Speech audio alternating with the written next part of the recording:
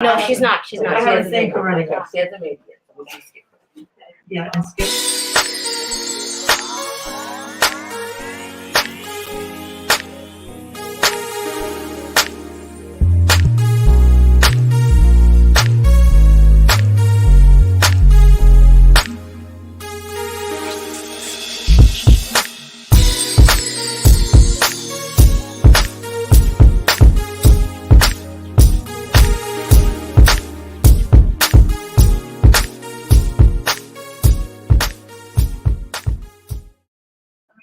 Welcome, everybody. Thank you so much for joining us. We are so excited to be here as a family together celebrating the Black History Month finale, the grand finale. Let's get a round of applause, everybody. And as you give your round of applause and your affirmations for this amazing month, I do want to let you know that today is all about elevating a spotlight, shining a spotlight on the amazing leaders in our community who are doing amazing work for health and wellness. And with that, I am just most excited because I have with me one of my best, I guess you could say, entrepreneurial friends, one of the people who I admire, our MC, the Dr. Tammy, as we affectionately call her, but most of you will know her as Dr. Tammy Francis, the founder of Catalyst for Change Global, and what I like to say, our power up hero of change. And the reason I say this is because Dr. Tammy is well known in our community from taking us from our current state and moving us in the direction of more into our future state. Dr. Tammy is a Texas native, affectionately called Dr. Tammy, the Catalyst, an entrepreneur, an edupreneur. And Dr. Tammy is an assistant professor who is also a life and business strategist, educator, global community builder, consultant, educational researcher. I could go on and on, y'all, and I would be remiss if I did not mention that Dr. Tammy loves to speak. She's an author, y'all, and we do have some door prizes. She's giving away some of her books, and a traveler. So if you love to travel, get connected with Dr. Tammy. And with that, Dr. Tammy, take it away. Let's get a round of applause. Thank you, Lisa. I appreciate you. I'm gonna have to take her on the road with me. My next speaking engagement, of course, it'll probably be 4 a.m. because that's usually when I'm up, when I'm working with all my clients and people in Nigeria. So, okay. So today we are talking about Black health and wellness, and we welcome all of you, as she said. And so I don't get feedback. I'm sorry. Find the sweet spot. Here we go. And so today we have several speakers, and they will be sharing with you about Black health and wellness and or what they do as it relates to that. Yes.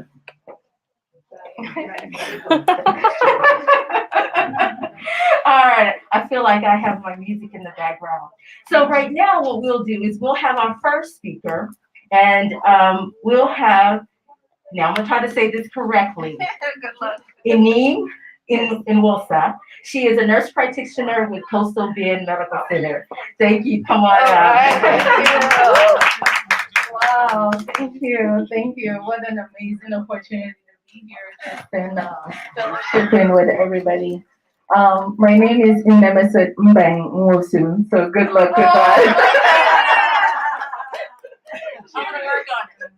She really did her best. Okay. Well, I just wanted to say thank you for allowing me to be here today and just talking to us about our health. You know, in the Black community, sometimes when we think of healthcare, I know there's some stigmatism from the historical standpoint that allows that to be a little bit sore. But to say that is to say this: in knowing our past, we can then prepare for our future. And armed with all that information, we can gear into the future to do a little bit better. Okay, so while all that in the sector of things, political and everything else going on, we can also be our health advocate. And I think, sorry, I'm a woman of faith. So when I prayed about speaking today, I think my focus was more towards making sure everybody, you're advocating for your own health. It's been going in and out. Yeah. Sure, probably is what I'm doing. Sorry. I told Liza she brought me out from under my rock because usually I'm one that hides. I hide under a rock somewhere, and she found me. So I shouldn't say it's my fault. I know. Oh, so you had something to do with it, huh? No. The truth is coming out. Okay, but let me try to focus here a little bit. And in saying that, in my opinion, if I had to pick one area of medicine that I need to pinpoint today, it'll be preventative medicine. To me, I feel like that would be a game changer. Let's nip it in the butt where it started. Key point, fundamentals, basics. Let's go back to the basics. Okay. So, in saying that, I wanted to say this. This is one of the reasons I love Michelle Obama. She understood that concept, preventative medicine. It just gears towards more preventing pregnancy. Oh, sorry. Can you tell I'm a women's health nurse practitioner? We never want to find out that. And by the way, since we're there, I'm a women's health nurse practitioner, so sorry if I say pregnancy, prenatal vitamins. I really don't mean it. I'll correct myself and we'll move on, okay? And so I work for Coastal Bend Women's Clinic, and that's located in Bay Area Hospital. Shout out to my boss, Dr. Lochner, and all the partners in that clinic and everybody that works there, okay? Now, so and same about Michelle Obama. She really pinpointed this and geared her population was with children and gearing more towards diminishing or sort of helping with obesity. And one of the things she did was like getting them to eat properly and moving around. Yes. So on the basis of that, in the Black community, our issue tends to be more heart disease, high blood pressure, diabetes, and things like that. Now, when I break it down, I want to break it down this way. There are two ways, two factors that can increase your risk. They're grouped into two categories, I should say.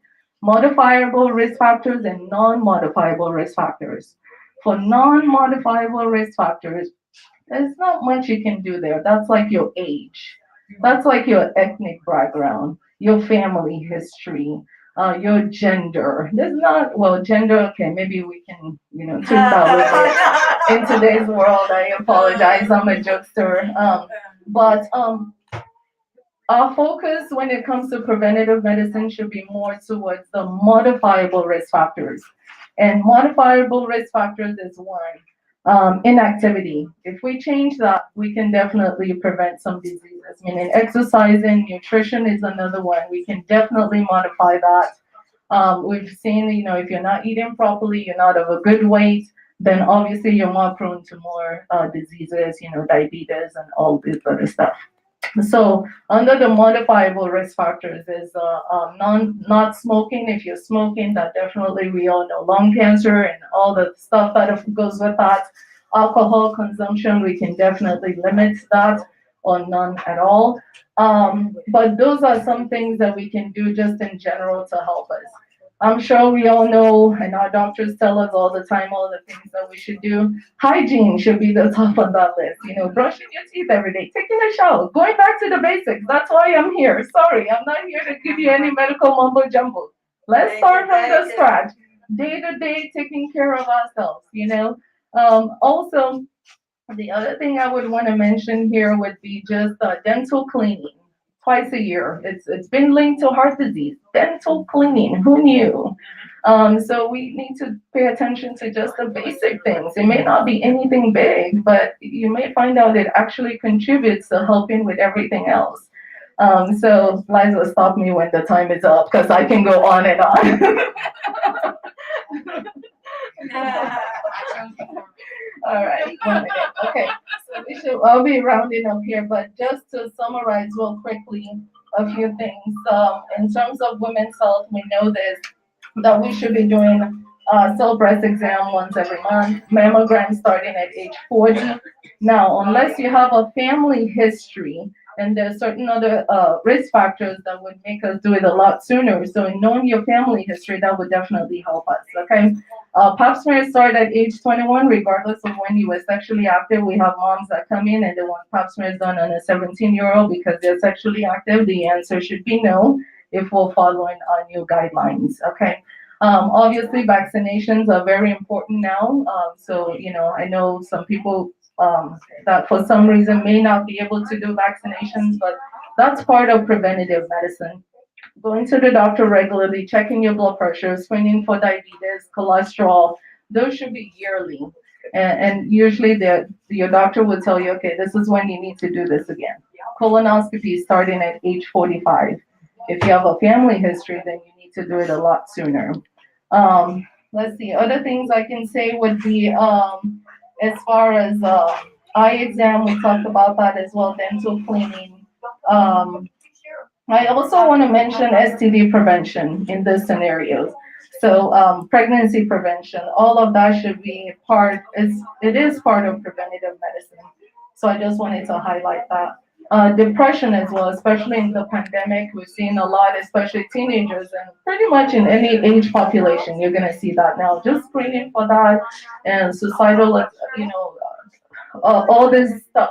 Okay, so it starts by just really identifying just the simple things first, the simple signs and symptoms, and then going from there instead of waiting till when it's already overblown and we're going and looking for help. Just to summarize here, things that we can do to help advocate for our health would be one, starting out making a conscious decision. From today on, I am going to take care of myself. Make a contract with yourself. Write it down. If you're a woman of faith, pray about it. Sometimes there are things we can do on our own. And then there's a higher power that helps you see it through that. Second, just keep a health journal. If there's something important you need, request your medical records. Be comfortable with the provider you choose. If you're not comfortable, guess what? You have the right to move on to the next provider. Number three, be consistent. When you're going to the doctor, please be focused. I cannot stress that enough. Say today, my goal is this. My goal is my blood pressure. I want to get it under control, for example. Focus on that. Focus on that goal because when you're all over the place, the provider will be all over the place and nobody ends up getting anything done that day. You can go with my foot hurts, my eyebrow, my leg, my chest. They're confused already. So stay focused. What is your main goal for that visit and stick to that? The other thing will be also knowing your own medical history and just writing those down. That would help the provider as well. And just being vigilant with our health in general, get an accountability partner and things like that. So in summary, preventative medicine, or in terms of any community really, not just in the Black population, gears towards just trying to work on preventing illness. And that would definitely help. It's definitely a lot cheaper for everybody preventing it than trying to cure it. It's a lot easier as well. But I also wanted to mention that it can actually, practicing just preventative medicine can actually decrease your risk for illness. Thank you so much.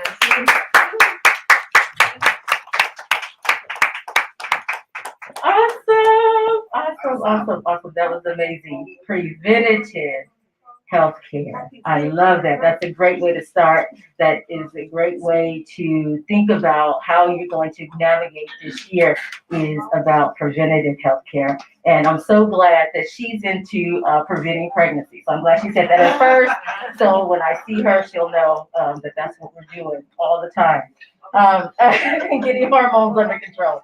Perfect. As women, that's just, it's true. All right. So next we're gonna keep it moving, and I'm going to invite Beverly Brooks up. Oh my goodness, she and I have a history together. We have been I don't know if it's bumping into each other or traveling in the same circles, a little bit of both, for many years, and fellow educator, and so I really enjoy hearing from her. Just hearing her speak is always passionate. But she's gonna come up and introduce. I'm gonna let her say who she's gonna introduce. How about that? Let me not spill the beans too much. So come on up, Emily. Thank you. Strange things can happen at the mailbox. I was driving home from work, just a typical day. Well, let me start over because there is no typical day when you are a middle school teacher. So I was driving home from work and it was a day. And I pulled up to the mailbox. Again, strange things happen at the mailbox. My husband has always told me to be aware of your surroundings. So as I pulled over, and we have the mailbox of islands, and it's not on my doorstep. It's a little circle of mailboxes in the neighborhood. As I pulled there was a car that pulled up immediately behind me. And because my husband has instilled this, always watch your surroundings, I noticed immediately that car behind me. And when I looked in my mirror and I saw, oh, it's a Black woman. I'm okay. So I didn't have to worry about, because I'm a Medea, and there are things in my purse that I carry with me when needed. And because I saw her, I felt like I was okay. So I got out my car and she got out too. And when I tell you, it was the most beautiful smile.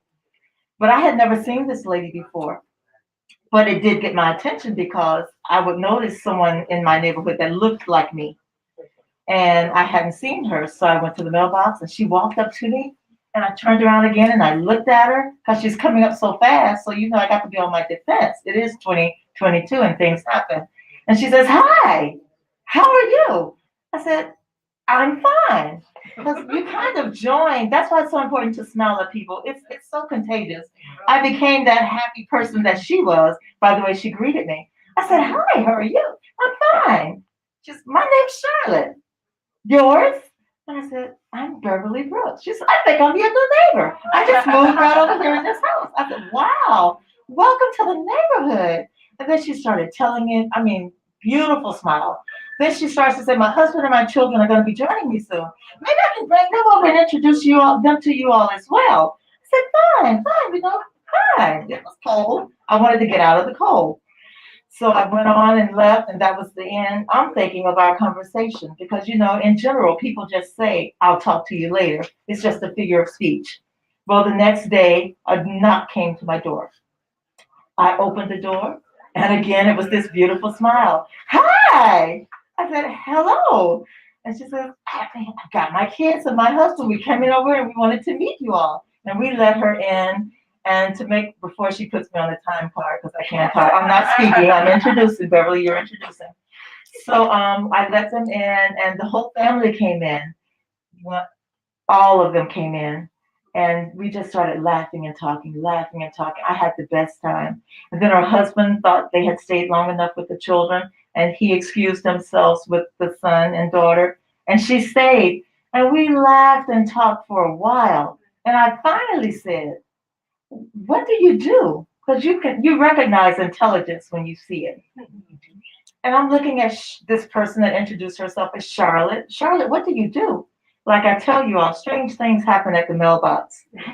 So she says to me, quite nonchalantly, "Oh, I'm new in town. I just bought this practice from a doctor, and I'm taking over. I'm transitioning into his position." And after that, it was a lot of blah, blah, blah, blah, blah, because I'm now trying to digest. This lady just sounded like she bought a purse or a box of cookies. But I think she said, "I just bought a medical practice." So I'm like, is she serious right now? Well, after talking to her, and this tells you who she is, the most down-to-earth person I have ever met, that carries the most beautiful smile. I do hope for a second that mask she has comes down so you can see her smile just lights up a room. And she can afford to brag. She can afford to be prestigious. But when she came to me, it was just, "I'm Charlotte. I live right there." So I did what Beverly does, did a little background searching on my own. I said, "She can't be for real. She's not a real doctor. She must be, maybe she worked with a doctor." Well, she can afford to brag. When I tell you, she has one husband, one son, one daughter. So she's the one lady. She is a board certified ophthalmologist and fellowship trained pediatric eye surgeon. Her motto: "I look into kids' eyes so they can clearly see the future." That is her motto. She could afford to brag, y'all, but she didn't want to be Dr. Acor.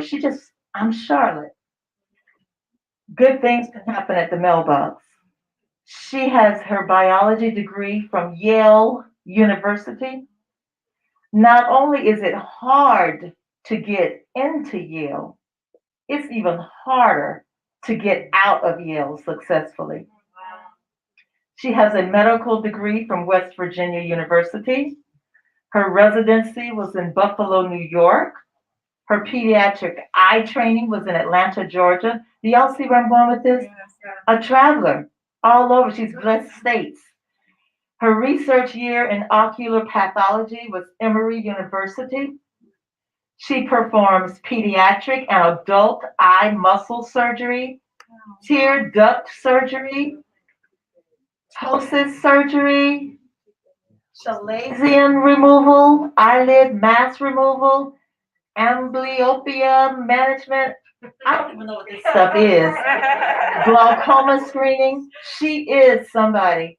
But when somebody can come down to my little level and say, "Hi, I'm Charlotte," to me, that's a special kind of person. So without any further ado, I welcome you, Dr. Acor, to Corpus Christi. I welcome you, Dr. Acor, to Rancho Vista. I welcome you, Dr. Acor, to Ames Street. I welcome you, Dr. Acor, to me and my family's heart of friendship. And I welcome you today to Lots of Art. This is Dr. Charlotte Acor, MD.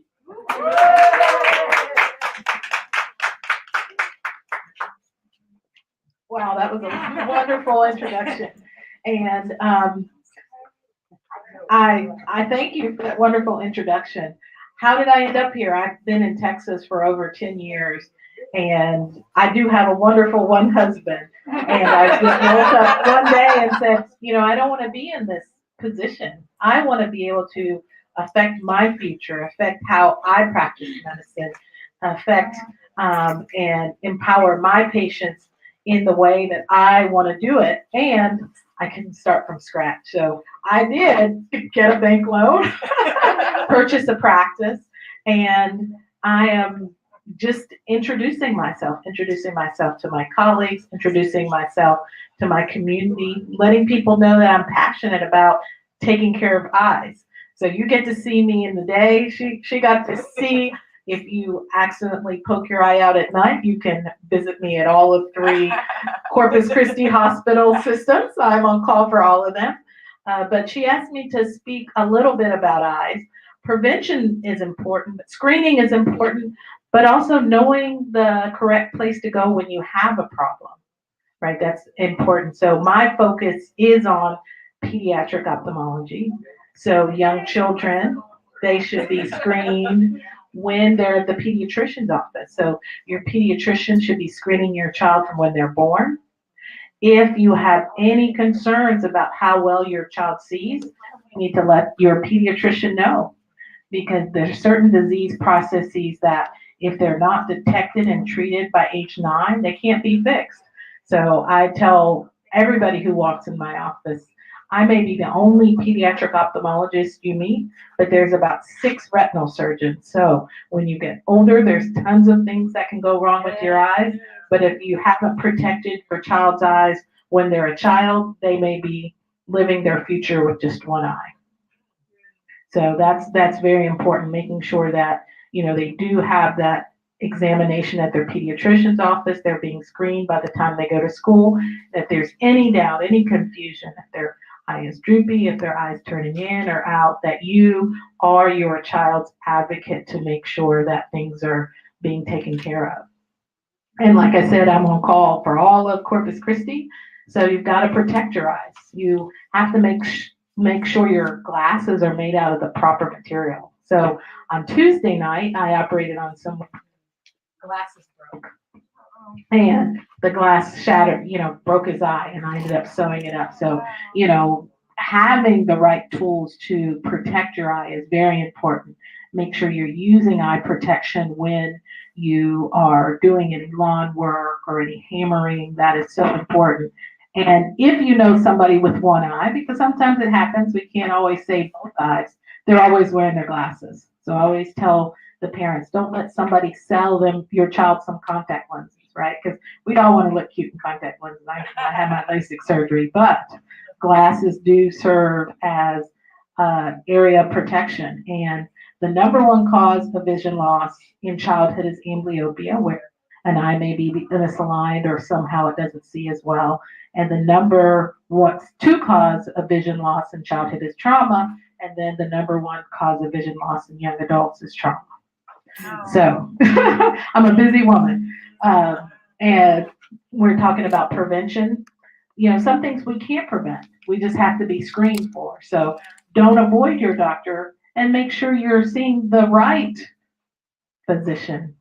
So glaucoma is one of those disease processes that are more common in African Americans. They're more common in Hispanic patients, and it's a silent disease, right? And so you want to put your eyes in the hands of somebody who's seen tons of optic nerves. I've been in practice since 2006, and I think I've probably seen over 20 or 30,000 optic nerves. And so once your optic nerve is brain tissue, so once that tissue is dead, there's nothing you can do about it. So the American Academy of Ophthalmology recommendations are, once you get 40, you get your eyes checked every 5 years. And then once you turn 50, you get your eyes checked once a year. But it's so important that you get dilated, or if you do get a photo, that doctor who's interpreting the photo knows what glaucoma looks like. Because glaucoma looks a certain way. And if you go to someone who's seen tons of optic nerves, they're going to make sure that you don't walk off with the wrong type of optic nerve, or you're not being screened for glaucoma, or you're warned that, hey, people get busy, right?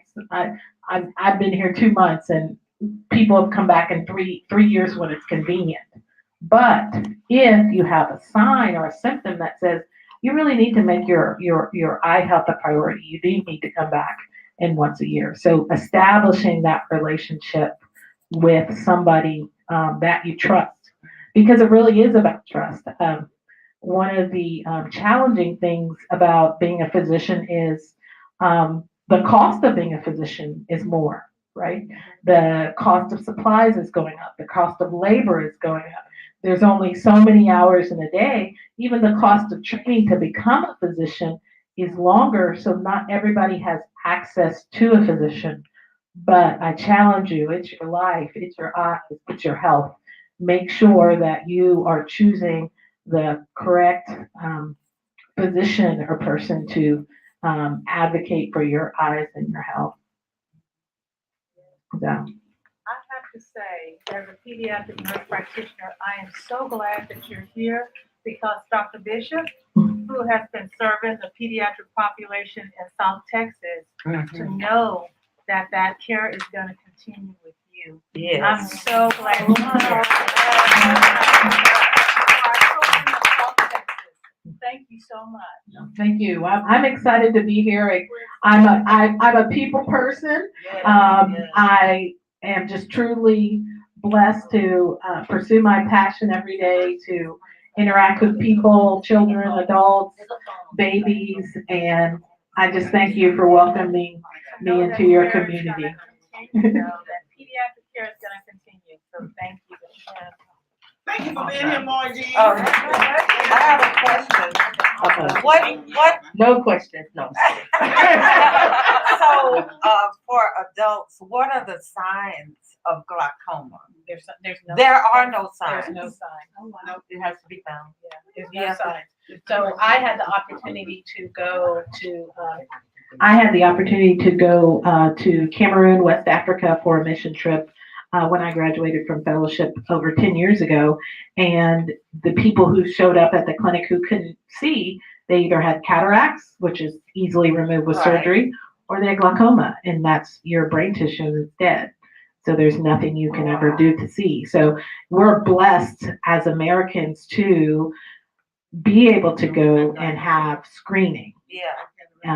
So preventative health, I mean, you can't prevent glaucoma, but you can prioritize your health and be screened and to be recognized to have that problem, instead of, hey, we're living in the third world where, we don't have the access to screening and those preventative yearly visits like some societies.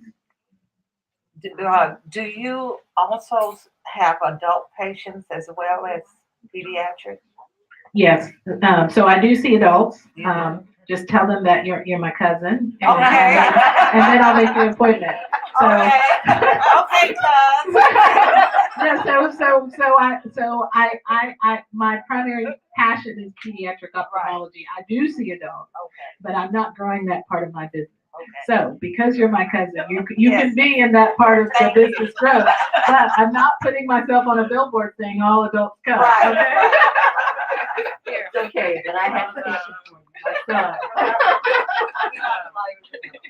And there's flyers, so, Miss Beverly has flyers, so we'll definitely make Oh, sure that we yes. pass those out. Yes. So you can get more information on how to connect with her, especially if you have children. Yeah. Who need to go see her. All right, perfect. That's amazing. Man, aren't y'all loving this information? Yeah. This is amazing. I must say, Lisa, you know, our list, like, this lineup is awesome. I'm just saying. All right. So now just a little commercial break, okay? So there are so many ways to get involved in the community. And if you're confused about that, the short answer is contact Miss Evelyn. She'll put you to work and she'll know what's going on in the community. But there are so many organizations and other things that are here that you can get involved in. We have the Corpus Christi Black Chamber, and today we have Miss Coretta Graham, Dr. Coretta Graham, attorney. She's gonna come up and just tell you a little bit about the Corpus Christi Black Chamber and what we, because I'm on the board, what we have to offer. Here we go. Oh, she's Madam President. I apologize. Yes, servant leadership. That's what it's all about. The Corpus Christi Black Chamber. Oh, can you hear me? Our mission is to, number one, help our Black businesses in our community thrive. We know we got a lot of them. Not all of them have storefronts. So that's one of our goals, is to do what we can to help uplift our Black businesses in the community. Number two is to help people who are interested in starting a business, to sort of give them the lay of the land of what it takes, because it's not easy. And we see a lot of businesses start and fail. I've been fortunate to be in business since 2006. Okay? And I haven't done much advertising. It's been word of mouth because of, the service I provide. And not everybody can last as long as me, as long as Evelyn. It takes a lot of support. And so we want to be one of those people who can support those businesses, particularly if you want to start a business as an entrepreneur, and give you the lay of the land so you don't go in there and just, become discouraged off the bat because you don't know this, you don't know that. Come see us. We'll tell you what you need to know so you can make an informed decision. Is this what I want to do? If you're passionate about starting something, we can, point you in the right direction. Number three, which deals with access to capital. We're going to get the funding because that's a huge deal when it comes to Black businesses in general. Access to capital is always an issue for us. Everybody else can get funding easily, but us, it always seems to be a struggle. And that third pillar of access to capital is something we are constantly fighting. That's why we, as a chamber, we have representation, the mayors in our agency committee, because we want to be at that table to find out what's going on. And with the Corpus Christi Regional Economic Development Company, it deals with billion-dollar companies that come through Corpus, the coastal Bend area. A lot of people don't even know about. We're at that table. Because we need to know, okay, what's coming down the pipe. So we can say, okay, we need some Black folks to start construction companies. We need Black folks to start engineering. We need Black folks to start whatever kind of company they need so that we can get our piece of the pie. Because I guarantee you, if we're not at these tables, we are not even an afterthought or a forethought. And that's why it's so important to have a Black Chamber of Commerce, because we can make sure that when contracts come down, the county got a lot of money with this pandemic, the city and the county. And because I know the mayor of Prairie View, who's a fellow NAACP member, we go way back, and we're active with Black Chamber. He was like, "Oh, they got $74 million." Oh, really? So we can help each other to position ourselves to be able to advocate, which is number 4, advocate on behalf of the Black business community to make sure we get our fair share. And in turn, advocate on behalf of Black professionals and the Black community in general, because we know if we're not there reminding them why it's important to have diversity and inclusion as part of their mission and goals or whatever else they want to do, it won't get done unless we're there advocating that it gets done. As a result, and I'll give you a quick example. I attended one of the mayors and agency meetings at the Port of Corpus Christi because you know they got a nice new building over there near the RT Center. I said, okay, I'm going over there. Check that out. Ended up, being there at the table, meeting some of the Port of Corpus Christi commissioners, because the Port of Corpus Christi is the #1 export of oil. We are a $1 billion industry in the Gulf, and don't forget that. So you need to be aware of that. So that's why I'm making sure I'm at all them tables. So anyway, let them know about the Black Chamber. And if I said, look, you organizations, companies, and everything here, y'all need diversity and inclusion. Y'all need to call the Black Chamber so we can partner with you to make sure that happens. Because y'all need to do it. Especially if you're getting federal funding, they need to have a percentage of their contracting going to minority firms. But we specifically want to make sure they have Black people involved, not just women, not just Latino brothers and sisters, Black. So anyway, as a result of that meeting, I ended up meeting people who were with the symphony. I said, oh, we need DY, diversity and inclusion. I said, okay, let's do something. Okay, so that's why it's important for us to be at these tables, advocating, helping Black businesses thrive, being a resource, helping people who want to start a business, pointing them in the right direction to get access to funding, and all the other things we do are community service to just let people know that we're here. And we're trying our best. We started a marketplace on our website. We have Dr. Francis and Ty West from iBloom, Black-owned web design company, because we not only want to empower our Black businesses, we want to utilize them, give them all this exposure that we can in our limited capacity, and let other people know that we need to start buying Black. We're working really hard to get our Black Wall Street initiative up and running. And so those are just some of the things that the Black Chamber is working on for the next 70 years. And hopefully we can make it happen. Yes. Okay. Thank you. Awesome. Thank you. So now we'll have Joseph Suttle from United Healthcare. Gonna come in with a little commercial. Come on in, Joseph. Thank you. I'm sorry, I'm not a public speaker. My name is Joseph Suttle. I'm representing United Healthcare. Thank y'all for the invitation. What I wanted to talk about today was help with seniors. Most seniors, they think that A and B can help them, but they don't have glasses or dental or diabetes monitoring supplies. What I do in my job is I help seniors. I help them navigate the crazy world of Medicare because it can be confusing and most people just give up. But they don't understand that it's run by the government. So if they give up on it, then the government gets to keep all the money. I just try to help educate, help navigate through this tough time. And most of my business is off word of mouth, so I have to do a good job in order to keep, my business going. I just wanted to thank y'all for the opportunity. I won't take long. What do you have to offer out there on your table? That's at United Healthcare, but I do sell Obamacare, dental, vision, pretty much everything insurance. And the reason why is I try to keep seniors do, protect their information.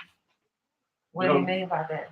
Well, if you give your information to the guy that's selling the dental, and then you give your information to the guy doing the Medicare, if you give your information to the guy doing the life insurance, if I can handle all the information, all that, you just give your information to me.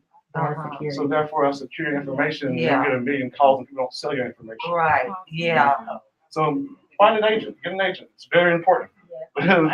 Protect your information. And you're the agent? Yes, ma'am. I was gonna say, and the agent here. All right, and I have an announcement on behalf of Tina Butler. Tina Butler cannot be here. She's actually at the conference that I'll be going to tomorrow. I hung around. This is my engagement. My speaking engagement is not till Monday. But Tina Butler is the Director of Resource Initiatives for Continuing Education at Del Mar College Continuing Education, and they have been working hard to remove obstacles for our local community in order to provide them an opportunity to take advantage of the many of the workforce and industry jobs in the area. And so tuition cost has been the number one obstacle. So they are providing several workforce and career training courses for free. She says we also have a youth building construction program for youth 16 through 24 for free. Eligible requirements are that they are a U.S. citizen, not in school, and not working. Wow. So just so you know. And I don't know if Jeremy Coleman, are you still here?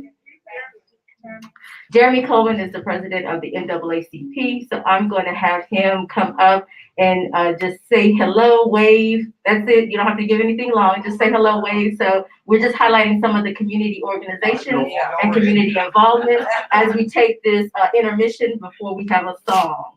Okay. Just say hello. Hi, everybody. Okay.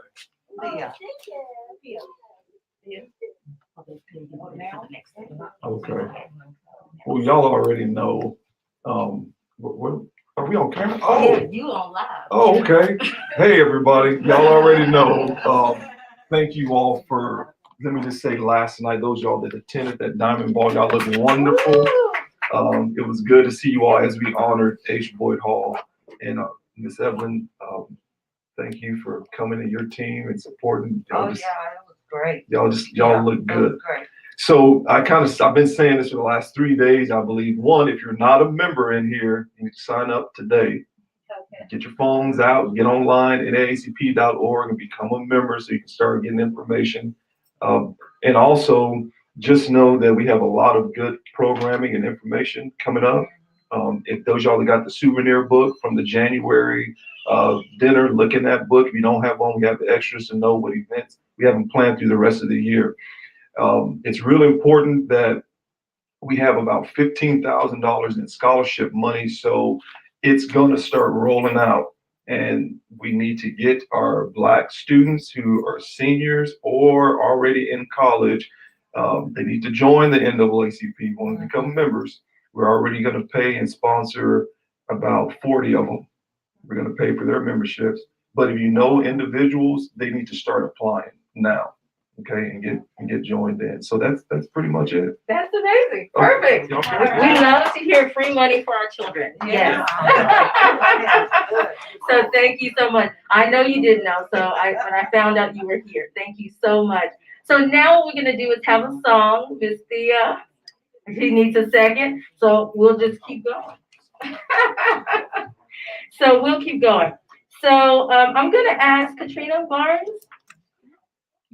Yes. So Katrina Barnes is, she's going to speak to us about destigmatizing mental health in the Black community. And this is her area of expertise. So I'm going to let her introduce herself in her way and tell you more about what she does in the community. And I know she's going to school and doing a lot, so I'm sure she has much to share with us. Hello, I'm so glad to be here today. I'm like everyone else. I can go on forever about what I do, but I'm a victims advocate, so I work with victims of crime. And I started doing this not too long ago. My experience ranges. I've worked in schools with communities in schools. I've done that. I've taught abstinence. I have mentored and counseled families as a parent liaison. And now I'm here as a victims advocate, also as a student. I'm currently earning my master's degree in social work. And I plan to continue moving through victim services because I have learned so much in working, just interning. I've also worked with the Purple Door with offenders of domestic abuse. So I've learned the system and I've learned those things that we're needing in our community. The one thing that I am noticing in my office, I don't know if it stands true in others, is that there are not many within the Black community coming through my doors. Okay, and when we're looking at what mental health is and what causes it, I myself understand. I'm nervous because I don't ever do this. But anyway, you all keep calling me. What I noticed is when I went through my divorce, especially in the public eye, as I did, there was a moment that I went into this dark space. A lot of us don't want to admit that we go through. And especially within the Black community, because we're in that community to where we often have those parents that tell us what stays in this house. You know, what happens in this house stays in this house. You know, I think that's one of the worst things that we could have ever told kids, is because if you have abuse and sexual abuse and domestic violence and all these things that are happening within the home, or Uncle so-and-so is doing this and we're keeping it silent, then you have the offspring, you know, people who are being affected by this. And it's in a mental way, all right? So when we look at a lot of the children that are coming into my office, about 90% of my clientele are kids, okay, who have suffered from a young age. So we're looking at some type of abuse happening within a child's life by the time they're 2. It's a high percentage. Wow. So I have become passionate about trauma-informed care within our schools, within our hospitals, within our counseling, how we speak to people. Even within schools, you have to think about the behavior. If I look at a kid who's disobedient or getting in trouble, I'm not looking at that kid as an unruly child. I'm asking what happened, right? Yeah. If you go into a room of someone who has been unruly, and that morning his mother said, "I don't want you anymore." If you're asking him, "What's wrong with you?" and not asking him what happened to you, it's a difference. You get a different response. And every time I get one that's in tears because they want to say what's wrong. And we're not giving them that. And what I noticed with myself when I went through, my community did not give me the support I needed. So I had to find it. So I went into counseling. And that was the best thing I could have done because I never would have made it here. So since then, I've earned 3 degrees as a single mom in a world that said Black single moms can't do that. Okay? The Black single moms can't do that. I did it, you know? And so when I sit up here and I advocate on taking care of your mental health, your emotional health, your spiritual health, I think they hold hands, right? They all hold hands. And if you don't have a firm foundation on all those, you're going to slip somewhere and start making some decisions that you shouldn't make. I'm really big on prevention, also prevention with our choices we're making for relationships. Acting like we just have to be in a relationship when you don't. And we're choosing people that shouldn't be in our lives, right? Yeah. And we're going through this over and over and over thinking it's their fault when we really should be looking in the mirror about why we're making the choices that we're making, right? And investigate that. And it's okay to give yourself permission to be single for a little while in order to understand who you are as a person. Get your mental right, get your emotional right, get your spiritual right, and then navigate into this world with another person. Because there's a lot of things you're not going to want to put up with. You won't put up with, and you just will wind up in a more peaceful relationship. And it's not just women. I advocate for men just as much because there's some women out here who are doing some horrible things now. And I sat in a room of offenders, all men. As I sat there and I listened to them, I realized that a lot of the abuse that was happening within the home wasn't them. It was the woman, okay? And so when you're looking at the rights of men also, we have to look at that also. We can't be biased. You really have to look at a person as an individual, male or female, and assess, where the fault lies. We got to get out of this mentality of it's all men or it's all women, okay? So one thing I want to end with is that trauma begins at an early age. It just has these stair steps and it keeps building on each other, right? And it develops these behaviors and these emotions and these things within us that create who we are right now, okay? So if you look at a child who's grown up in a domestic household, what do you think is going to become of that child? How do you think that child is going to be once he gets up as he grows into adulthood? I have 5, 6, 7, 8, 9, 10-year-old sexual offenders coming through my doors. And it's because something happened that we're not dealing with at a young age. How we dealt with it, there's the possibility that there could have been a change in that child's life. Okay? So I advocate for the Black community to be okay for reaching out and taking care of your mental, taking care of your emotional health, because it's very important. And it's going to stop a generation of children coming up making choices that they shouldn't have to make because someone didn't place them into some type of counseling just to help with what had happened to them. Thank you all for inviting me. Thank you. Perfect. Definitely something to think about. And being an educator and teaching K-12 for 10 years and now in higher ed, I've seen it at both levels. So I definitely agree. So now we'll have a musical selection. Miss Thea Kane.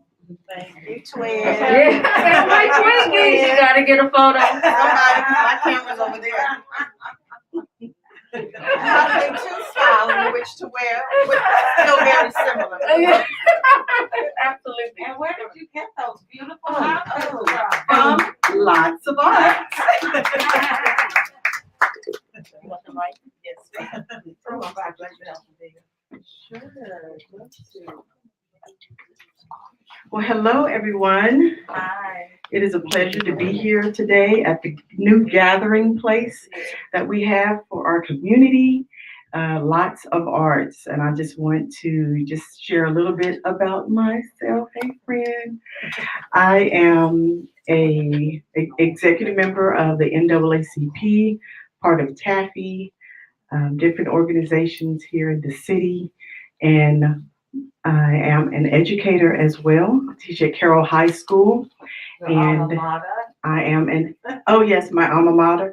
I was thinking alma mater. I am also a Delta. So Coretta is my soror, and I have, do I have any other soror? Yes, Dr. Scott, yes, right in front of me. Thank you. DST in the house. And I planned several Black History Month activities at Carroll High School, and I've done it since I've been there. This is my 7th year. And of course, we weren't able to do it the last year because of COVID, but I invite our jazz band to come out, and they play in the cafeteria during both lunch shifts. And I also invite our thespians, our drama club, to come out and handpick some poems for them from Langston Hughes, Maya Angelou, Gwendolyn Brooks, a lot of my favorites. And yesterday I invited the choir and the madrigals. And of all the years that I've invited them, I never asked to sing or even really thought about it. I was just, wanted the kids to have the moment. But kind of jokingly, I mentioned to our choir director. And if you need my services this year, I'm offering, whatever you need. I'm here, I'm available. So he said, wow, that's something that you asked. We're working on a song from Harriet, the movie, and we don't have a Black female lead. And I'd love for you to sing that with us. It's like, well, okay, let me know when rehearsal is, and I'll be right there. I'll have someone cover my class, and I'll run right down. So that's exactly what happened. And yesterday, it was just very special. The kids went wild. They had no idea. I shared with my students that I had performed at the Harbor Playhouse in Joseph the Musical. And thank you, yes, I had several who were able to attend, thank you, and but had never sang at school publicly. So it was quite a treat. I'll put it on Facebook so you can hear the kids' reaction. So I mentioned it, of course, to Miss Evelyn last night, one of my musical mentors, and she invited me to come and sing this rendition. So I found this. This is a different arrangement a little bit. So bear with me. I pray that I do it justice. This is Stand Up from the movie Harriet by Cynthia Enrivo. She sang it as well as played the role of Harriet in the movie. She's amazing.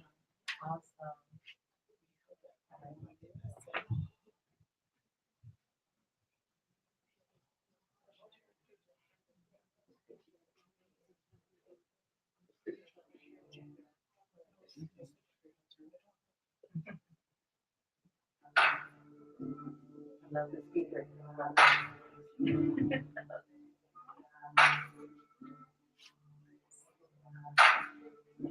I've been walking with my face turned to the sun. Weight on my shoulders and a bullet in my gun. Oh, I got eyes in the back of my head, just in case I have to run. I do what I can while I can, when I can for my people. When the clouds roll back and the stars fill the night, that's when I'm gonna stand up, take my people with me. Together we are going to a brand new home. Far across the river, can you hear freedom calling, calling me to answer? Gonna keep on keeping on. I can feel it in my bones.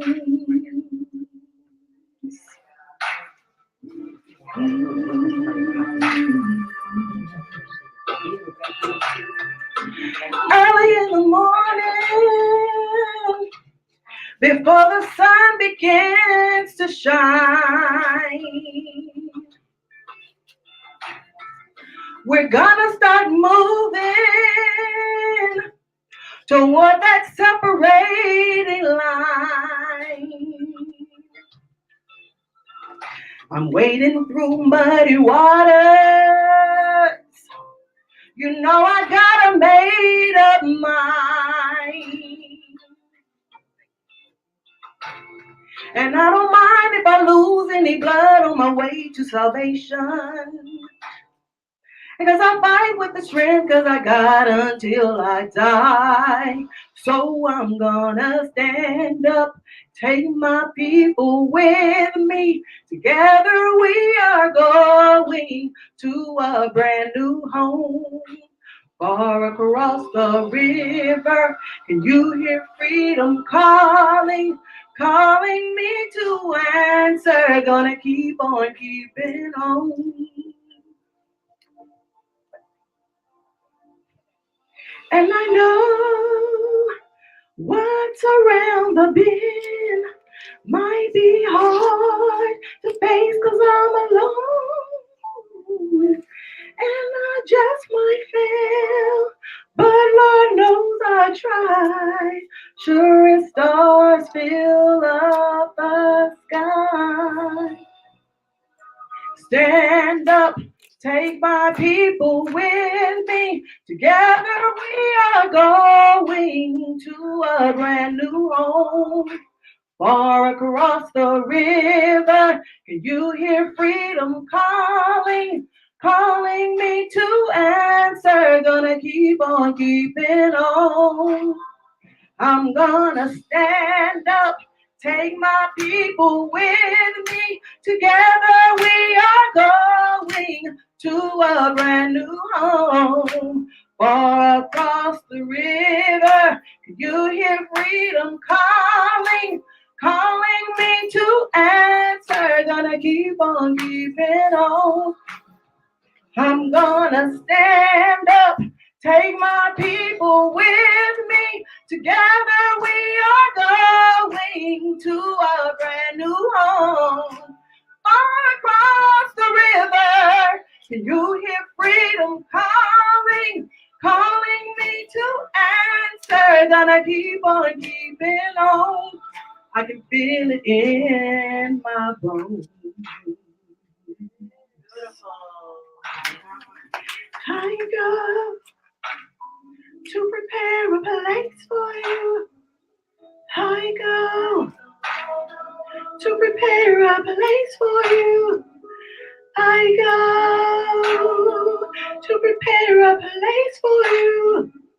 I go to prepare a place for you.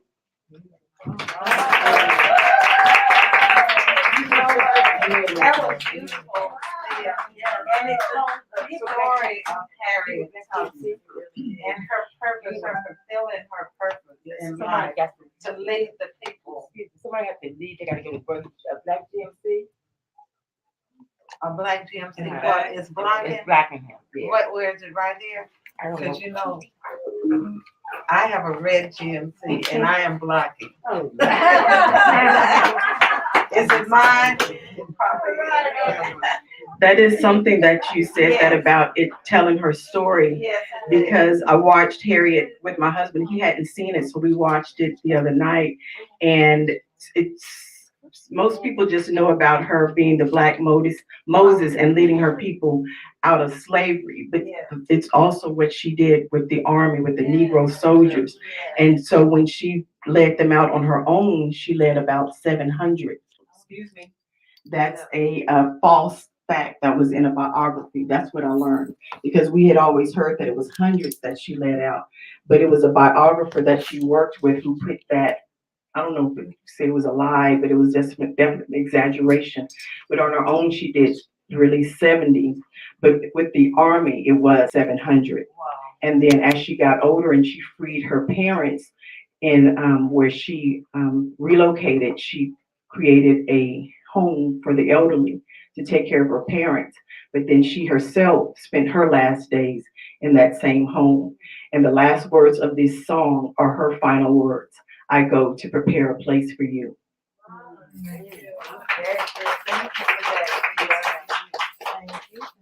Oh, wow. That's beautiful. Let's see the song again, now that we know that.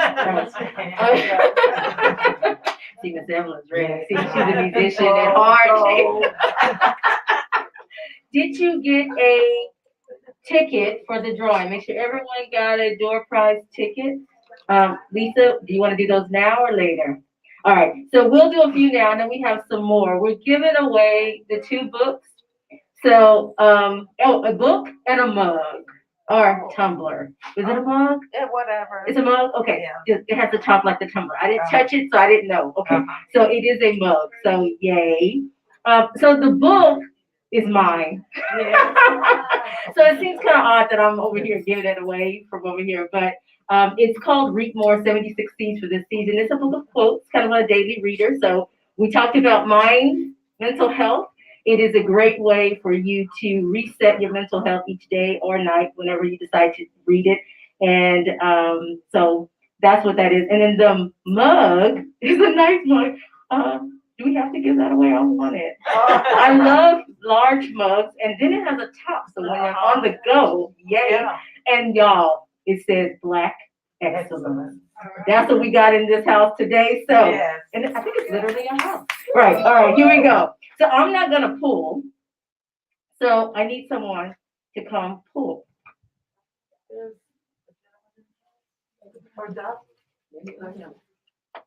All right, here we go. Tell me your name. I'm sorry. Jesse Gatewood. Jesse Gatewood is going to pull. Here we go. Ready for your numbers? You listening? Yes. 606348. 348. 348. Bingo. All right, we have a winner. We have a winner. So you get to choose, and then whoever's it's okay. Just sit it on there. And then whoever's make sure it's not George. Yeah, make sure it's not George. Yeah, don't make sure it's not George, right? All right, well, I'm making sure he's not pulling his. All right, one more. Well, mine's 349. All right, let's see what he has here. It's like excellent. 351. 351. Beverly, I don't know. Beverly, you don't want that. Put it on your desk at school. You don't want that, do you, Beverly? That's a horrible mug. Beverly wants that. That's a horrible mug. You don't like that. Let's get you something else. Have one of my books. Have one of my books, right? That is absolutely perfect for her. Absolutely. All right, so we'll have a few more at the end, which we're coming close to. We only have a few more people to share. So those of you that are standing, if you're sitting and you're trying to sit and switch with someone who's standing, then let's do like musical chairs or something, right? One more. I don't have any more like that, but I have some others. So Maya Angelou. Okay. Okay. Thank you. Anybody want to come sit? All right, there you go. That feels so much better, doesn't it? Simone, right? Yes, make sure. I didn't know. We have someone who spells it the same, but she pronounced it Simone. So I just thought I'd ask. All right, so now I'm going to bring to you, all right, and I'm going to try not to mess up the title. But, you know, it sounds like a few of us probably needed you at one time. Today. Malika Wiley. She is a marriage and family therapist. And so, you know, sorry, I didn't know you back when I needed that. All right, so come on up, and she's going to share with us about what she does and her perspective on health and wellness for the Black community. Yay. Perfect. Hello, everyone. So I'm gonna steal what Miss Beverly said of awesome things happen at the mailbox. So awesome things happen at the Diamond Ball. That was my first time going to an NAACP event. And I met some amazing women who invited me here today. And I was like, oh, cool. Of course I'll come. So again, my name is Malika Wiley. And when they told me about the event, they were like, you would be great. I was like, okay, I don't have anything prepared, but I can always speak. Because I am a marriage and family therapist. So I actually came from Kansas. So you want me to say my background? My background, I'm an Army brat. So both my mom and dad were in the military. So we traveled every 2 to 4 years. I went to undergraduate at the University of Kansas, and then I got my master's degree from Friends University in Kansas. And I was like, what am I going to do? I guess I'll start my PhD, but I don't want to be in debt. So I got offered the position here at Corpus Christi, the Department of Veteran Affairs, and I was the marriage and family therapist there, and also the military sexual trauma coordinator. So speaking of mental health and wellness, I was there for about 8 years. I was burnt out, right? And I did not know, I felt there wasn't room for investments for women who looked like me, and everyone was getting promoted. I'm like, what is going on? And so my granny actually told me, she's like, you have Wiley blood in you. So if they won't make a table for you, you create your own table. So that's what I did. In the midst of the pandemic, I left the Department of Veteran Affairs, and with my business partner, they got to meet her last night, Dr. Kay Rodriguez. we started Evolve Healing Center. And so that is what we have. It's a group practice. So all of us have different specialties. Mine is marriage and family therapy. I do individuals, I see couples. I love working with high performers with anxiety and depression. And Katrina spoke earlier about just like the stigma of mental health. So I agree with what she was saying in the sense of I don't see a lot of us in therapy here. I also am like, I want to do a better job at networking and letting individuals know that it's out there and that there is someone that looks like them that can just provide a safe place to talk to. And that therapy doesn't have to be this scary thing, right? I can walk beside you and I'm like, let's just do these small habits that can prevent you from having like the heart disease or different things, or we really focus on the mind and body connection, right? So we feel like if our mind is right, we can start taking care of our body or listening to our body. So I like to tell clients if your stomach is hurting or back pains or shoulder pains, that could be stress, right? Or anxiety, depression, etc. We also have someone that specializes in strictly trauma. We have a LGBTQIA specialist as well. And then my business partner, she does a lot of the court stuff. So anything else you would? Where are you located? How we get in touch? Yes, I'm leaving business cards. We are located off of Tonqua. So I think, is that called Upper Downtown? Upper Broadway. Okay, Upper Broadway, but our address is off of Tonqua. And so it used to be the old law office of Rene Rodriguez. So that's his daughter, and we turned it into a healing center. So if some of you had said last night that you've seen the building before, I'm like, come visit us. We're there. We just opened Saturday clinic, so that's why I was like rushing over here. But yeah, so that's where we are located. Do you have social workers? We don't right now, but we are expanding, and we just started in 2020, so we would love to have social workers. We have LPCs. I'm an LMFT.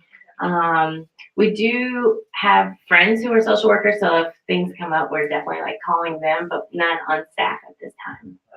Yeah. I know they were pushing me to go licensed. Ooh. So we'll have to definitely connect. Yes, yes. Thank you for your time. Oh my goodness, I am really like just amazed. I'm just in awe and just excited about what's in our community. And I know those of you who are not natives of Corpus Christi, like some of us are, you wonder why we say, how did you get here? Yeah. That's always what we want to know, because we're kind of in the corner of the world, on the coast. And so when you come to Corpus, it's intentional. Yes. And if it's not intentional by you, just let you know, God's working.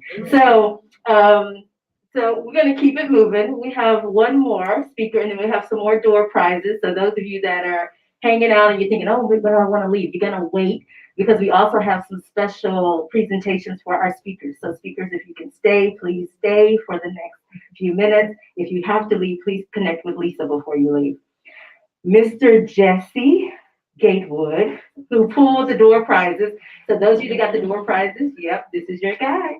All right, Workforce Solutions Board and Business Manager for the International Brotherhood of Electrical Workers. All right. I want you to see this. Lisa's right. Thank you. Just a quick little Cinderella story. We got to Corpus Christi in 1983 when the schools were still segregated. My sister had to be bused to Zavala because we lived on the south side of town. And we were like, my mother was like, what do you mean you can't bus my daughter to the school? Well, do they know you're black? That was the 83. Yeah. Wow. 1983. Yeah. We lived right across the street from Shannon Elementary on the south side. And there was no fourth grade. at Shannon Elementary. They were busing kids to Zavala across town. Oh. And so my sister ended up being bused as a minority to a minority school because they weren't going to, my mother wasn't going to allow them to hold us back a year because we came from Kentucky. Now my sister's got her doctorate in education. She's doing her own practice up in the Austin area, and she's doing all kinds of things. So it's Dr. Henry now, as opposed to Blanton when we came here. Now changed our name to Gatewood, or I changed my name to Gatewood. But graduated from Carroll in '90, went to Tuskegee for about 2 years, came back with a mountain of debt and nothing to show for it. Got a job as a laborer. How am I going to pay this $30,000 off on a laborer's wage? It's going to take years. I ended up finding a position with an apprenticeship program, an electrical program. So I got into the IBW's electrical apprenticeship program. They give you wages and benefits as you go through the program. Every 6 months, you're guaranteed a pay increase, and you get paid and you earn while you learn, basically. Got my journeyman's license as an electrician, worked in the field for 15 years, became a teacher for the apprenticeship program for a year, then became the training director for 10 years. And then I got into the elected position of business manager. Currently sit on the workforce board, an appointment by the governor to the Texas Workforce Investment Council, and I sit on the Coastline Credit Union board. There's a quick little synopsis of my journey to where I'm at now. But currently, basically want to say that unions built America. Unions can help the Black community right now get a comprehensive path to the middle class, basically. Unions aren't a handout, they're a hand up. And that's what our program is geared to do. Give you, your contractors pay for your health insurance. Wow. They also pay into a retirement plan. And you basically earn while you learn as you're going through that apprenticeship program. Wow. So you come out with a career and not a mountain of debt. I like to use an analogy of a parking garage. Life is like a parking garage with many different levels that you can stop, but there's still the top. Mm-hmm. And once you get to the top, you're thinking, well, the sky's the limit, right? Well, then you think there's footprints on the moon.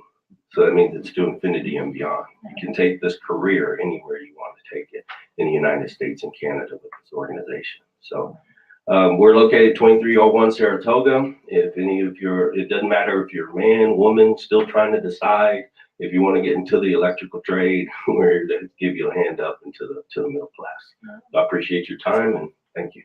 Okay. That was a great story. Oh my goodness. Since I'm talking about a lot of my research and what I do now, talking about the future of work. That is perfect. All right, so we got more for the basket. We're gonna have a few more. How many? How many drawings do we have? Two more? All right, we have 2 drawings, and then we'll hear from none other than Miss Evelyn Lott. All right, here we go. Cooper. I still call her Lott. And she's been married forever. Oh, she's gonna pick? Okay, great. Perfect. I was about to and I thought about it, not me. All of them? You can ask. She picked like 10. She's gonna buy all the door prizes for her, right? You wanna say it? I know numbers right. 6 0 6 5 5 7. 5 5 7. One more? Yeah, one more. All right, one more. Oh, that's a nice mug too. I love those big mugs.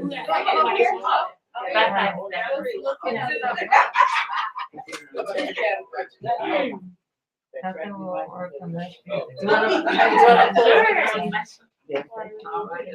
Congratulations. Here's the second one. Joe, which one do you want? Do you want the book or the mug? That's great. Oh, no. 3 5 7. Oh. Oh, it was rigged. It's her partner in crime sitting next to her. No, I'm just kidding. In there. That's awesome. Yeah. I forgot to mention the finale of our Black History Month activities at Carroll is Monday, the end of the month, and it is going to be our African-inspired fashion show. So if you're free, noon or 12:55, those are our 2 lunch shifts. Check in the front office, head on over to the cafeteria, and see our students model. And they're so excited this year because we haven't been able to do it, so that'll be a great ending to our activities. The 28th, Monday the 28th, Carroll High School. Yes, ma'am. Thank you. Awesome. Don't worry, you're next, so you can come give everything. Okay. And you can even invite whoever you want up. So Miss Evelyn, oh my goodness, I've been knowing her, well, she probably knew me before I knew me. When I was in diapers at St. John Baptist Church and the children's choir, youth choir, all of that, young adult choir, all the way through until even when I came back from college and would participate. And then I found myself home, unexpected circumstances, and I was pursuing my master's here at A&M Corpus, and I needed a job.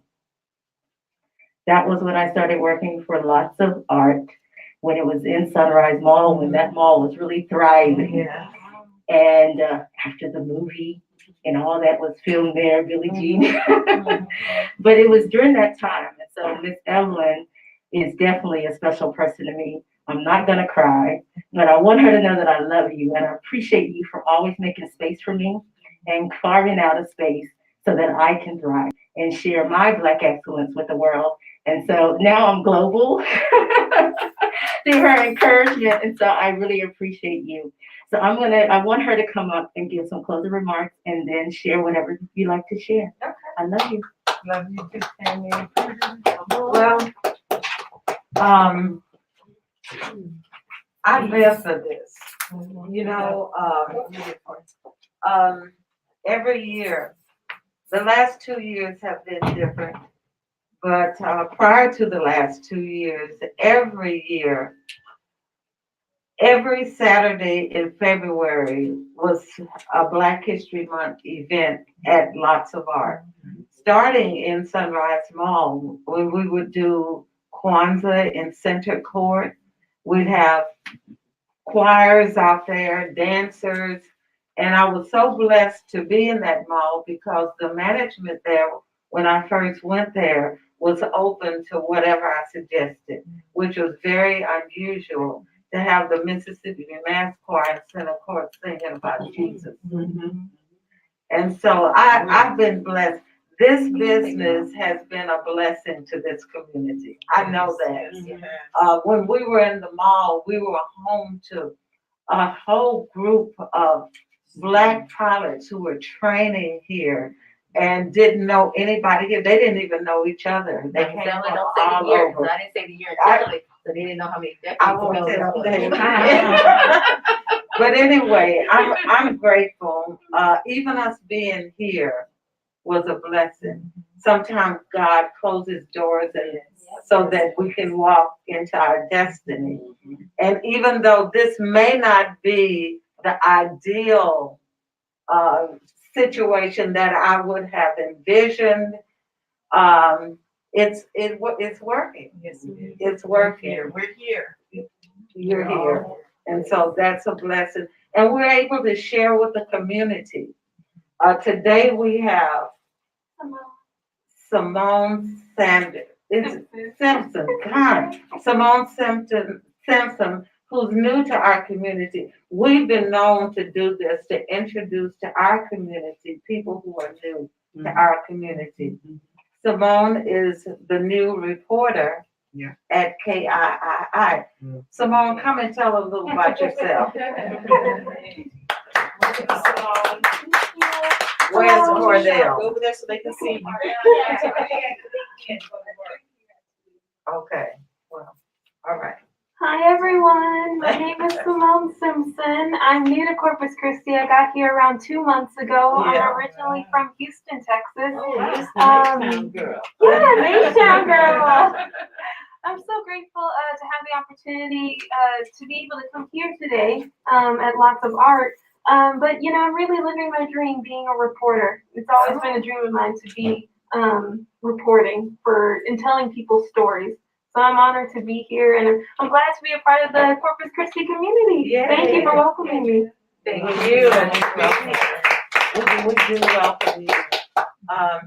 Also, every year that we're together, I always recognize Dr. Scott because she is Black history for us.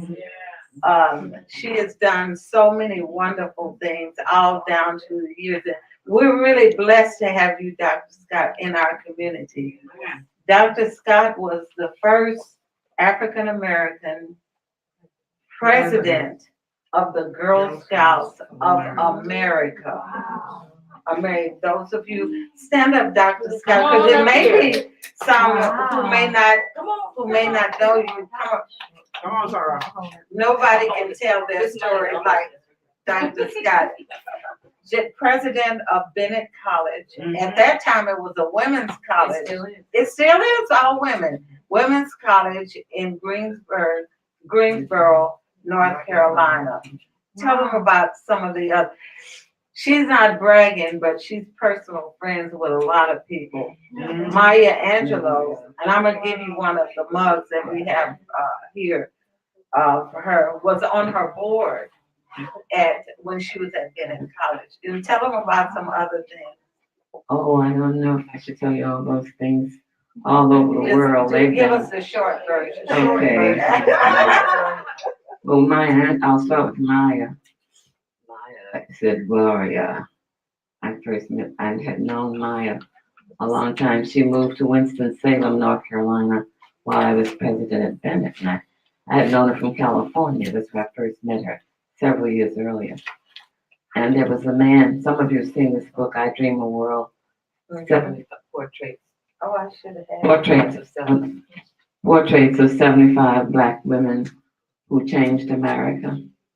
So that was this man, I was president of Bennett at the time. And the man, the author and photographer for that was named Brian Lanker.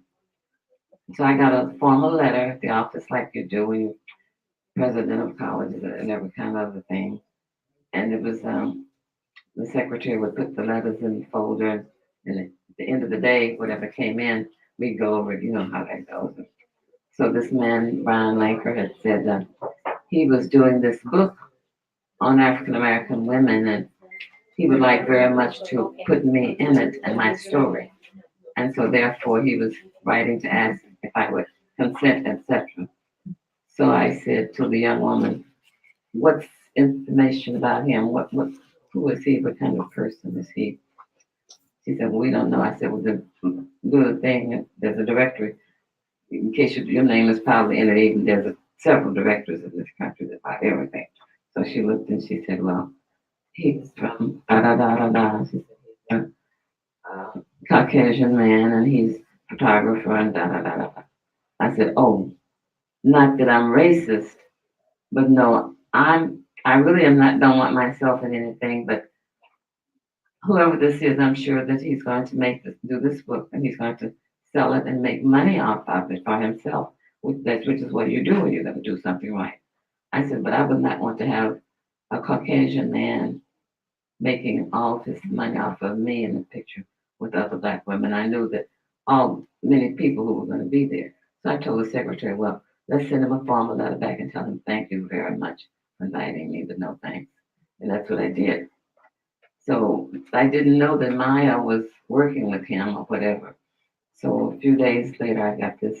My secretary said, Dr. Scott, Miss Angela is on the phone. She wants to speak with you, which always meant, okay, whatever, anybody else was going to be put on hold.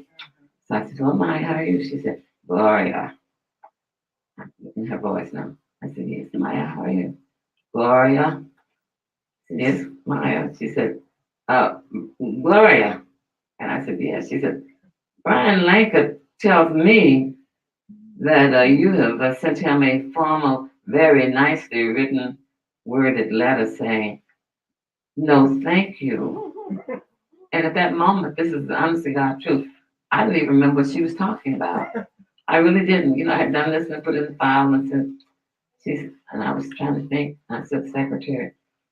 I said, what's the name again, Maya? And she told me, Brian Lanker. So I said, hold on, told the secretary to go pull the files and see if I could. So she went and got it, and it was truly. And I said, oh, I said, yes, it's a formal letter. She said, I'm sure it is because he said it was formal and appropriate, but it still said no. So I said, well, that person said they wanted to come around here, Bennett, and I didn't want Bennett to be used or scenes here or me or anything else to make money for someone. I really didn't. So I respect this too very much. So she said, Gloria. I said, yes, Maya. She said, I know everything you've said is true, but the whole world does not really know about these 75. And it could be 150 instead of 75, but the world doesn't know. And you certainly have done things, and you need to be in it. And then you need to be able to come to Bennett and take a picture. And I said, well, Maya, you know, the truth is, she said, Gloria, he's only got 5 more people to do. And you need to formally, if you want to or whatever, because he's going to be calling me back tomorrow. And I'll either tell him, yes, they'll be in touch with you. So I said, all right, Maya, if you say so, I will work with it. So I did. So the next day, I got a phone call at my office, and this man's secretary told my secretary, well, we'd like to be on the campus on Thursday and be able to walk around the campus and look at a nice scene. If many of you have seen the book, most of the women are in some natural setting related to them or whatever, and see where we can take a very good picture and get it and do it. I said, okay. So, a couple of days later, his men came and they were walking around the campus and looking, and there's a famous trail. Willa Player, who was the president, first woman president of Bennett. There's a whole trail of things on Willa Player there on the campus. And it's just got a lot of history. Bennett really does. Sit-ins in North Carolina and everything. So I said, well, I still want to be kind of marketing this kind of stuff. I really don't. I have this. So I said, well, let's go to the president's house. And I'll sit on the couch like you're all sitting, and you can take the picture. And there'll be a wall behind us. And that's the only thing you really need. If it is you want me. So he said, well, if that's what you want to do, I said, well, okay. So we went over, and as we walked into the living room, president's house at Bennett is a 3-story house, and the living room, but it has a large baby grand piano which had been there for more than 75 years at the school. It had been given to them. So he said, that would be nice if you stand over here by this.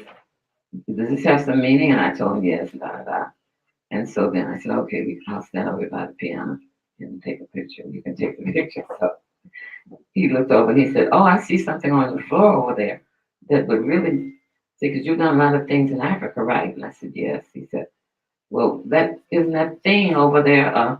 So I said, what thing are you talking about? And I was looking at it. If you've seen it, there's an African woman's head mask that the women used to make to wear, and they put on their head. And then there's a lot of ruffles in it to keep over the face. Because, many things happen to women in Africa. And they couldn't be seen and all this. So I said, oh, well, okay. I actually had bought that, my own money on a trip to Africa. And there were some women selling these on the side of the road. And I bought several back to them and gave them green floor. So I said, okay, put that by me. So that's how that picture got put together. At any rate, he got it done. So Maya said, okay, Gloria, that's great, because that means that you're going to be in history now, and along with all these others. So Gloria, when is the board meeting? That time she was on my trustee board. I said, okay. I said, well, Maya, it's going to be in a whatever. And she said, well, I have to wait until my bus gets here. She had bought her a bus. Many of you may know Maya had a bus of her own that she traveled in from place to place and stuff. So, and sorry about that. And then, of course, God has been so much involved in my life. I grew up in Houston, Texas, third ward girl. Okay. Sawyer and Holman, as they say. Houston had 5 wards when I was born. First ward was the poor, low income, poor whites, Caucasians. Second ward was for Hispanics. Third, fourth, and fifth wards were for Negroes who had been freed as slaves and had come south. Third ward and fifth ward, I think fifth ward was the largest, third ward was the second largest, and Washington was the third, and it was downtown. One high school in each one. Jack Yates High School was where I graduated from in third ward. Phyllis Wheatley was in fifth ward, and Booker T. Washington was in fourth ward. Okay, I have this button that I had just happened to be wearing today. It says skin color. No, it's right here. It says skin color. What is not what? It's not a weapon. It's not a weapon, but it really was in many days, and it still kind of is.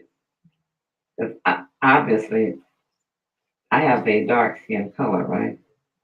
And various things happened to me because of even within other people who were brown too, but lighter brown or yellow brown, and have always made some impact. And I had to sit with my mom when I was a little girl because not only my skin, but my hair was what they call nappy, it's in its natural state. And I think all of these things had something to do with my becoming a biologist. My PhD is in biology and the exploration of that. And so my mom would be straightening my hair. See, this is long before permanence. And my hair grows way down my neck. And she would have the straightening comb, and it was hot. And I like them burns, and I'm gonna tell y'all the truth. For a real burn, that's hot combs. They had to be put on the stove or whatever. They weren't electric in those. They didn't have no electric combs. It actually sat on the stove when it got hot.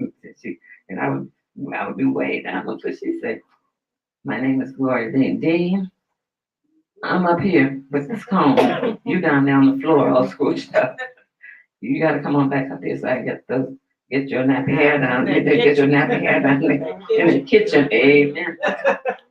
And so I thought, oh Lord. Anyway, I would, when my hair got braided, I'd have 3 cuts, one here, and one up here, going to school, the Blackshear School.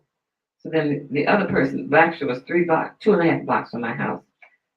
The other adult I want to just mention briefly, and I guess was Miss Virginia Perry Norris. That was my first grade teacher at Blackshear. My birthday is April 14th. I went to kindergarten from the time that I was 3 till I was 5 at 4th Missionary Baptist Church Kindergarten in Houston, Texas. And I don't know who the preachers are, all the branches there now, whatever. But that's the church. He had a really good kindergarten, and they got lots of pictures there from all the years. And there was a man named Mr. Brooks who would pick us up in his Jeep. He'd pick up about 6 children that I rode with to take us to kindergarten. Every Friday we got shots. Some part of it, every Friday, whatever, well. So when Mr. Brooks' Jeep would turn the corner to Sawyer Street in Houston off of Holman, all these children would be crying. And wherever the kids kept moving, people, I guess, wondered what was that man doing to those children over there, to those cars. And then I joined them, and we cried all the way to kindergarten. Okay, so when I was in April, I had my 5th birthday. That was the 2nd year. I was the valedictorian of my kindergarten class when I graduated. And so that meant I had done, at least done the right thing. Whatever they asked me to do, I had been able to do. And so, but I was only 5 years old. And I couldn't go to 1st grade because you're supposed to be 6 years old to go to 1st grade in school, as you know. And so my principal of my kindergarten told my mom, "Don't keep her, I'd have to stay out a whole year before I could go." She said, "Don't keep her out, just don't take her birth certificate when you go to enroll in 1st grade in September." Okay, so here I am, and I've always been short. So that was biologically not helping anyway too. So Miss Norris, you know, my mother and we all sit down. Miss Norris wrote me in, and she told me late at night, I looked at you then, I thought that's the girl that doesn't look like she's 60. So my mother said, oh, I forgot her birth certificate. I'll send it tomorrow by her. So Mrs. Norris said, okay. All right, then the next day is Tuesday. And so I don't know anything about I just went on to school like she told me. She said, Gloria, did your mother send your birth certificate? I said, no. She said, I just said, no, nothing else. Because my mother said, don't be talking about our business. I just said, no. So she said, well, when you come tomorrow, remember, tell her she's got to send your birth certificate. I said, yes, ma'am. And I went on with the other kids and whatever, and did the work she did. She put me in group 1 because she said I did very good work that. Okay, so it's now Wednesday. And she said, and my mother hasn't sent me the birth certificate. So Miss Nara said, okay, tomorrow's Thursday. I turn my records in to the principal, and every child's got to have a birth certificate. So she said, when the kids went out to recess, she said, little girl, and she was a tall lady kind of. And she said, come here, little girl, come here. I went up and I said, yes, ma'am. And she said, little girl, how old are you? And I said, my mother said I'm 6 years old. And that's all I said. That's the truth. She said, oh Lord, I know this little girl was not 6. But she didn't lie and say I'm 6. She said, my mother said I'm 6 years old. She said, so I'm going to just turn my papers in. If they say she got to get out, because that's what they would do if you didn't have a birth certificate, we'll have to send her back home. So then on Thursday, she turned up working into the principal's office. And later, like she told me, she said, you know, that secretary wasn't doing her job right. Because she's supposed to look at everyone and make sure the birth certificate is there. She just said, oh, you just give me the package, the pile, and took it. So she didn't look. So all my school records until I graduated from Jack Yates High School have me a year older than I really was. Anyway, life has been something, and I've talked about that many times when I went to Indiana, which was very cold too, and I won't even go into that. First time I saw snow, but I'm sure I've taken up enough time. So, and I enjoy being here in Parkerston. Thank you, Dr. Scott. She's trying to leave us, but I don't think it's gonna work out. You know, it's not gonna work out. She's thinking about Going home. Thursday, this Tuesday. No, I said I'm going home to you this next month. Everyone that's has been right. telling me that it's next month. We're But not anyway, playing. we're grateful to have her in our community. Amen? Amen. Okay. And, I would be remiss if I did not recognize those who are the heart and soul of this establishment since we've been here. Cheryl, Rose, Francis, and Angela, who have walked with me every step of the way. Every step of the way. And I just really don't know how I could have made it without them. And so, thank you, crew, my crew. And thank all of you who came today. We have a guest artist here, Dolores, who did these wonderful, aren't they beautiful? What are they called, Dolores? Stained glass mosaics. Stained glass mosaics. And she's also the artist that did in our front room those beautiful women warrior paintings. We are the women warriors. Hey, Angela. And I just showed her a picture of, I was going to do that in wallpaper, and I had the picture of the wallpaper. And I showed it to her, and she said, I can do that. And I was just getting her opinion on how could we do this wallpaper on this wall without stripping the wall down. And she said, I can do that. And she did that on fence pickets, like for the fence pickets. And so be sure and take a look around. She does a lot of other things also. But anyway, thank you, Dolores. And also Lisa, who put this together, because I didn't have time. I was trying to move and do all these other things. And Lisa said, I'll take it and I'll run with it. And come on, Lisa. And of course, my darling here, who I can call on I have to say, anytime. do we ever say no? No, Exactly. no. So whatever you ever need input, you just have to ask. I know. We're Even if I here. don't ask. Even if you don't ask, we're thinking here. for you. Yes. So we'll bring it to you. So thank you for the opportunity. You're certainly welcome. So we're gonna give it back to Dr. Tammy. All right. Oh, yeah. All right, yes, and so let's do the presentation since we're here, and then we'll have some other announcements, I think, that are just kind of be going as we're moving around the space. But let's, if we can get Lisa to come and present the speakers, with this, so let's. All right, so this one is for Miss Evelyn, so we have some beautiful flowers, and they're real, so put them in water, so put them in water. They're from Rose. Oh, go ahead. I'll let you Yes, I can go ahead. These are from, go ahead and step on this side. I definitely want to recognize Rose Soiree, which is a business that is growing in Corpus Christi, a Black-owned business owned by an amazing woman, Latoya Rodriguez. We're so excited to be supporting Latoya, and so these flowers are for you. We appreciate you. We love you. And we wish you abundance beyond belief. So the sky's the limit for you. We want you to go global, just like you've helped our catalyst go global.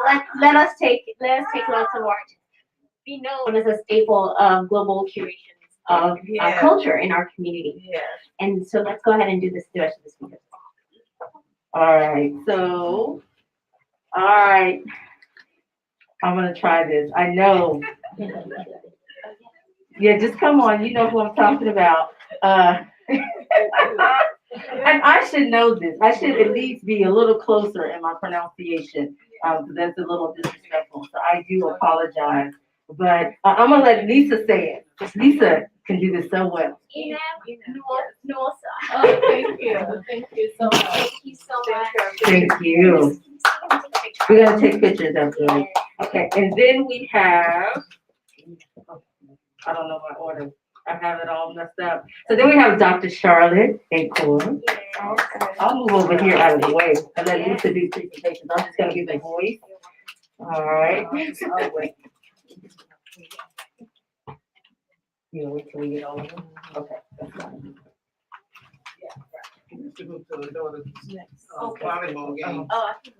We have Katrina Barnes. Sorry. Katrina Barnes, is she still here? Did she leave already?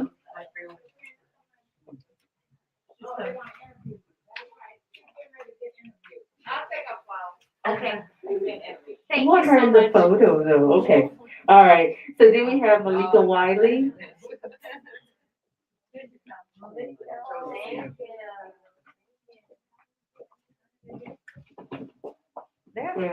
Flowers. There she is. Tell them just wait. Don't worry. They'll all be available here in like 1 minute. Dr. Scott.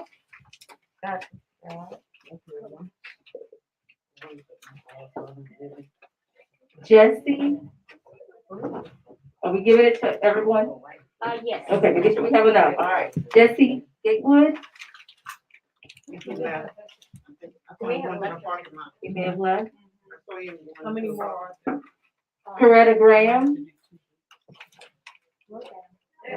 And Coretta Graham has an announcement. So after we're done taking our photo, she'll be back up. Sherry Patterson. We're gonna have her come on up. She has some door prizes, I believe, and she has something to share. But we'll get them up after. But she has arrived. She had her engagement that conflicted with today. So Sherry, come on up. We'll give you your flowers now.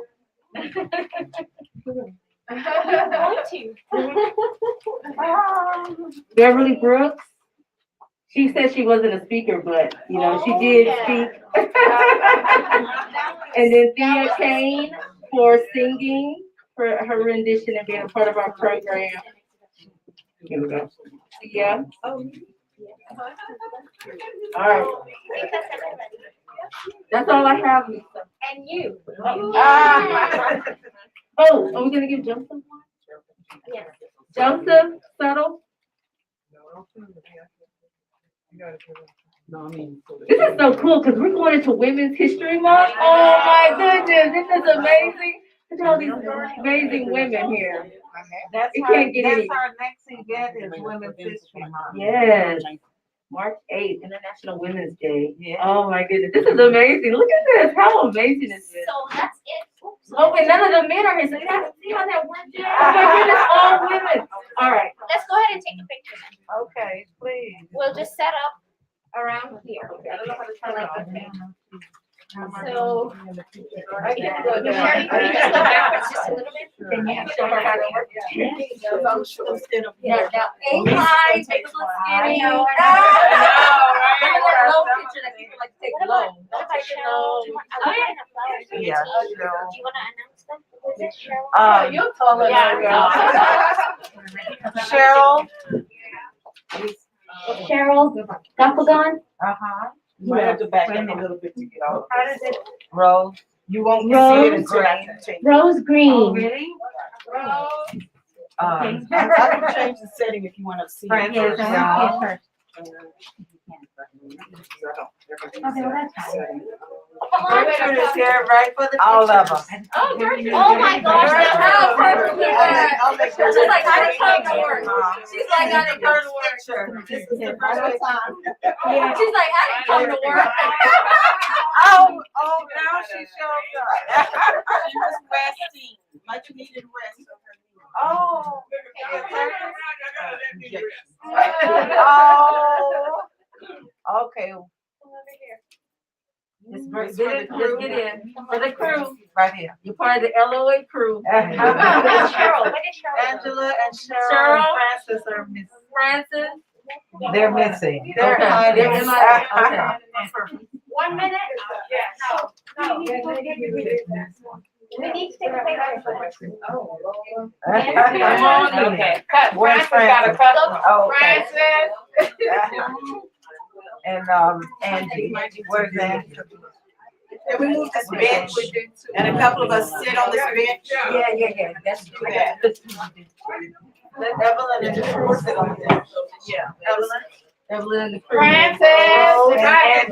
Rose And Angie. Angie. Right. They're gonna get a little tighter.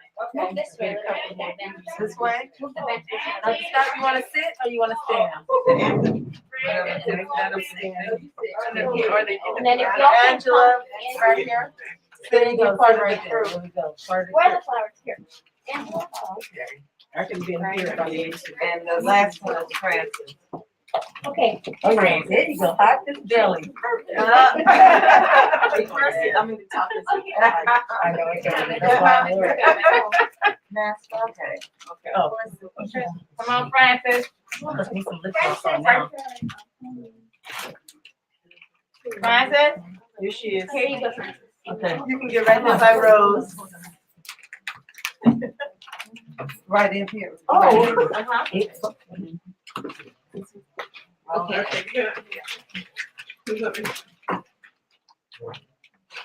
Oh. 1, 2, 3. Is Sherilyn? Yeah, but I got her hand, so. I'm sorry. All right.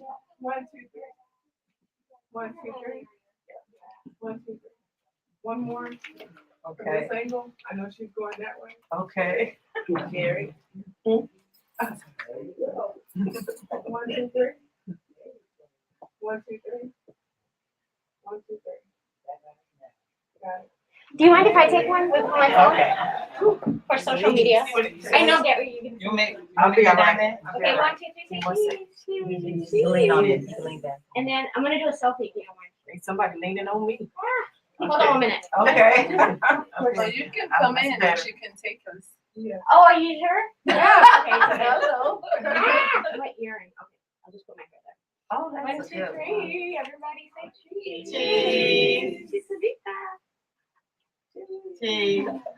Okay, so, and I get in, okay. One more. Oh, right.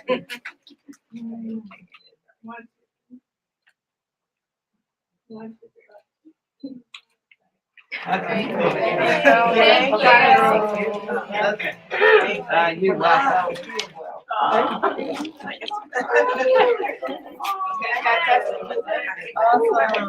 Somebody ask everyone.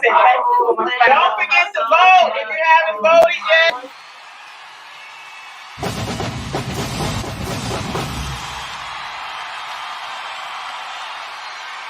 I'm telling you already.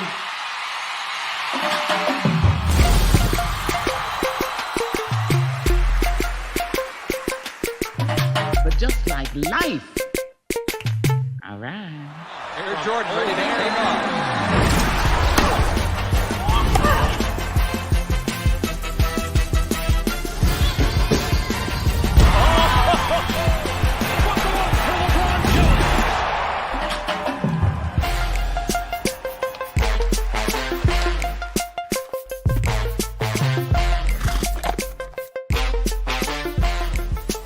Can I get an amen? And welcome to the very first National Oprah Winfrey Show!